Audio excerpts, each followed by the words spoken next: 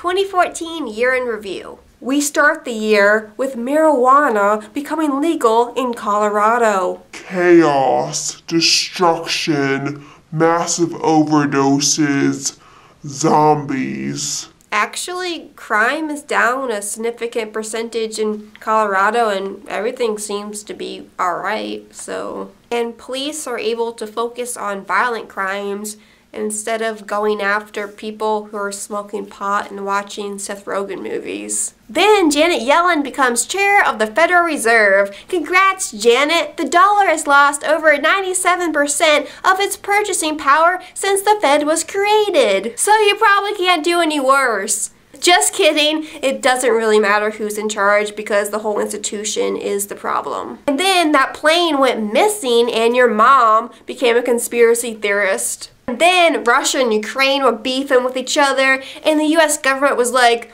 this has nothing to do with us, let's get involved. Then Lois Lerner from the IRS was being investigated for targeting groups because of their political views. And she was like, you see what happened was the emails, they gone, they just poofed and the backup, it failed too. So, you know. LOL, does anyone even believe me? And then ISIS was the #1 problem. And Congress said, let's throw some money and some weapons at the problem. What could go wrong?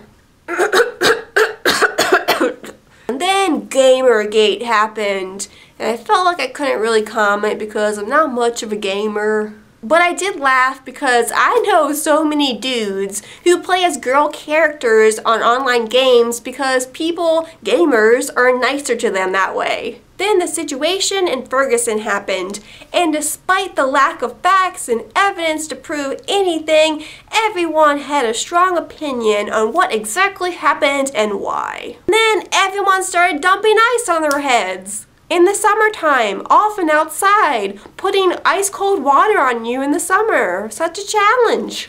Then legislation to audit the Fed passed the House, but Harry Reid, who was once super supportive of auditing the Fed, said, oh, never mind. I only care about transparency when it's politically convenient. Then Ebola was going to kill us all. People were calling for the government to shut down flights from an entire continent.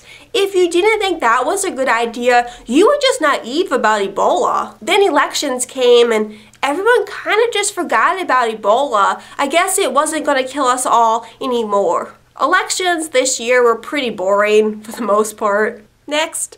Then a scientist who landed a probe on a comet wore a tacky shirt, featuring ladies without a lot of clothes on. Some people were outraged and said this is why women aren't in science. Oh yeah, I was gonna be a rocket scientist, but no longer because those scientists, they have such bad fashion sense. Ungodly. Then the torture report was released, which contained information about prisoners being fed through their butts. Hypothermia, being forced to stand on broken limbs, mock executions. President Obama said the report was not consistent with our values as a nation. So is droning people without trial consistent with our values as a nation, Mr. President? Especially when those drones sometimes kill innocent bystanders. And oh yeah, don't forget that US citizen that was killed by a drone. Then the administration announced it would be normalizing relations with Cuba. Some people were upset because of Cuba's terrible human rights record, but no word yet on how they feel about the US trading with China, Saudi Arabia, Nigeria, and other countries with terrible human rights records. And then Obama held a press conference because of a stoner comedy. See you next year.